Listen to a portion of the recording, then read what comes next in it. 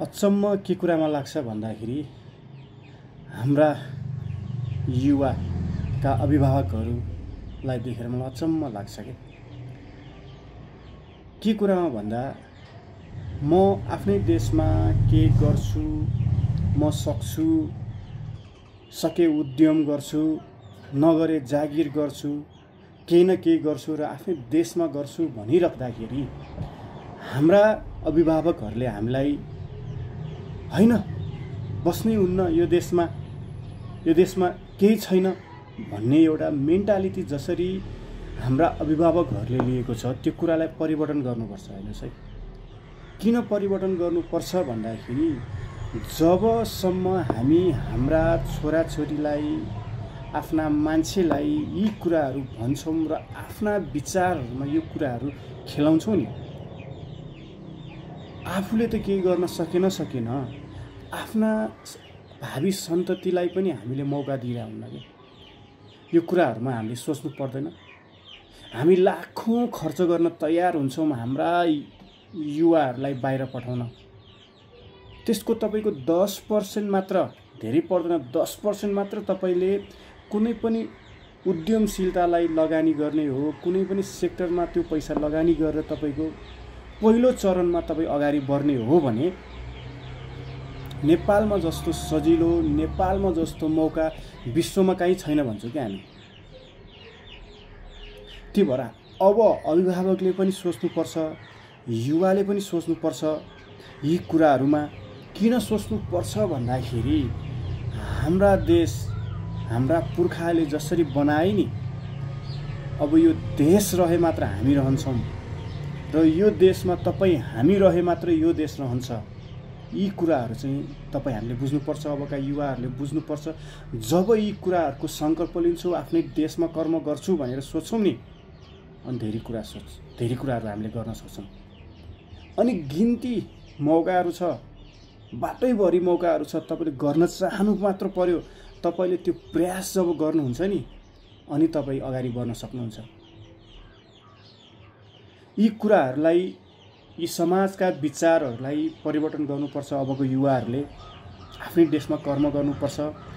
हाम्रो आवाज बृहत हामीले 10-15 वर्ष अगाडिदेखि यी कुराहरू बोल्दै आएका छौँ। किन त्यो चाहिन्छ समाजलाई, यी विचारहरू किन चाहिँ तपाईको अब आउने भावी पुस्ताले बोक्नुपर्छ। जबसम्म तपाई कर्मलाई माया गर्न सक्नुहुन्न, कर्म गर्न सक्नुहुन्न त तपाईले के गर्न सक्नुहुन्न। त्यो कर्मलाई माया गर्यो भने तपाईले देशलाई पनि माया गर्न सक्नुहुन्छ। यी कुराहरू, यी विचारका भावहरूलाई फैलाउनु पर्छ। हेर्नुस्, अब हामी हाम्रै भूमिमा आफ्नै माटो सुहाउँदो कामहरू गर्नुपर्छ। गाउँका बाजो खेतहरूलाई जोड्नुपर्छ। आफूले सक्ने गर्ने हो नि त हजुर। तिमी युवा बाहिर गएर 18 घण्टा काम गर्न तयार हुन्छौँ हामी, बाहिर गएर जस्तो च्यालेन्जिङलाई पनि हामी एक्सेप्ट गर्छौँ।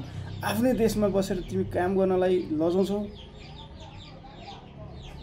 समाजको स्कुलिङ पनि त्यस्तै छ। हेर्नुहोस् है, विदेश गएर तपाईँ काम गर्नु भयो भने चाहिँ एकदम तपाईँ राजा, तपाईँले सबै कुराहरू पाउनुभयो। आफ्नै देशमा कर्म गरिरहँदाखेरि यी कर्मलाई पनि तपाईँले डिभाइड गरिदिन्छ यी समाजले। यी समाजको विचार परिवर्तन गर्नुपर्छ। अब धेरै नकारात्मक विचारले हाम्रो समाज ग्रसित छ।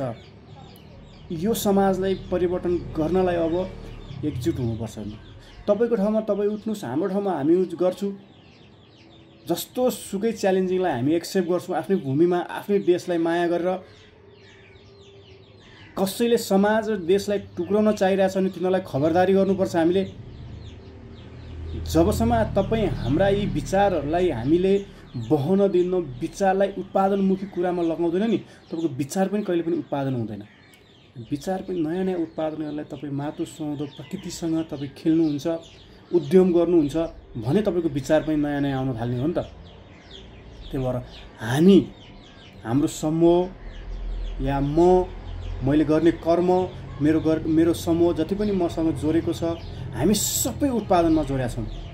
हामी बिहानदेखि उठ्छौँ, बेलुका नसुतेसम्म हामी आफ्नो उत्पादन र उद्यमशीलता र अब कसरी उद्यमी, सफल उद्यमी बन्ने, अब हामी युवा कसरी उद्योगसम्म चाहिँ पुग्ने, यस्तो वैज्ञानिक पद्धतिहरू आइसक्यो।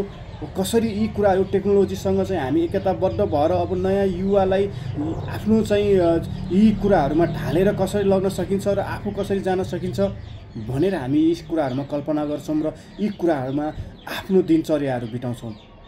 न कसैको चाहिँ पसलमा गएर भत्तीमा गएर दारू खाएर दुनियाँको कुरा गरेर यी नेताहरू समाज बिगारेका नेताहरूको पछि लगाएर हिँड्छौँ हामी।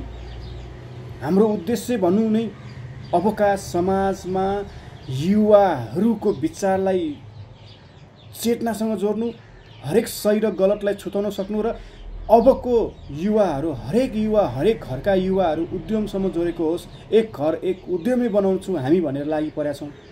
हरेक घरमा उद्यमी जबसम्म तपाईँ बनाउन सक्नुहुन्न, तपाईँ आर्थिक रूपमा स्वतन्त्र हुन सकिँदैन।